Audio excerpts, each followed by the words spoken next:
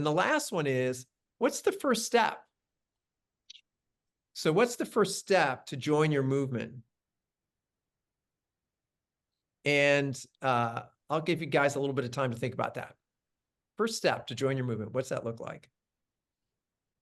Okay, let me join you up with mine. So with Wisdom for Humanity, usually how I'll start. Well, first of all, let me talk about this as the first step. Your first step should have a low barrier to entry. A low barrier to entry. We know those words, right? From selling, right? Low barrier to entry. The mistake I've made in my business is that I have these wisdom councils.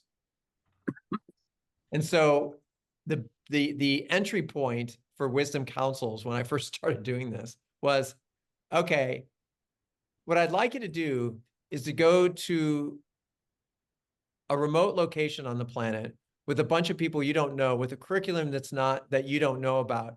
And we're going to go there and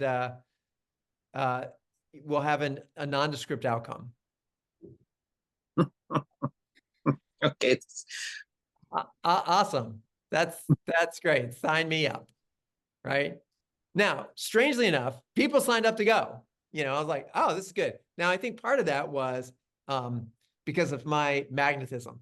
I think that's part of it. Well, I should say that they trust me, which is good, and they had every right to, but I didn't articulate that stuff very well, right? So the barrier to entry was really high, and still is in some ways. So I had to think about this in another way. So I've already given you one low barrier to entry. It's like, look for the double negatives. That's a you're in the movement. In the next week, if you notice anybody saying no problem and you smile because you think of how crazy Patrick is about those kinds of things, you're in the movement, right? So that's a very low barrier to entry. And that's kind of my way of thinking about that too. So that became one of the barriers to entry, or the low barrier to entry. I would say though that to enter my world too, and I think that's true with you folks on this call, is that well, let's have a conversation. So we have a conversation.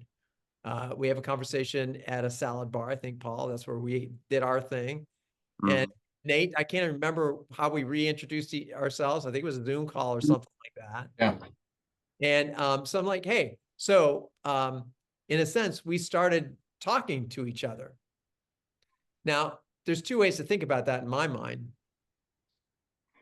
So then we talked, and usually my first set of questions are, what's your life mission? What's your life mission? And that is, for Wisdom for Humanity in my world, that's a low barrier to entry. That's the first step. I want you to think about, what's your life mission?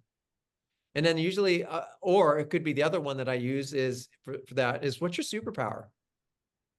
What are you uniquely good at? I love having those conversations with people, but that's the first step that I ask people to take on this journey with me is thinking about those things. And then if people want to go deeper with it, then you end up on this call with me, or going to Wisdom Council or something like that. So that's the first step that I have with mine is it's a conversation, and it's a question. Now, what I probably even more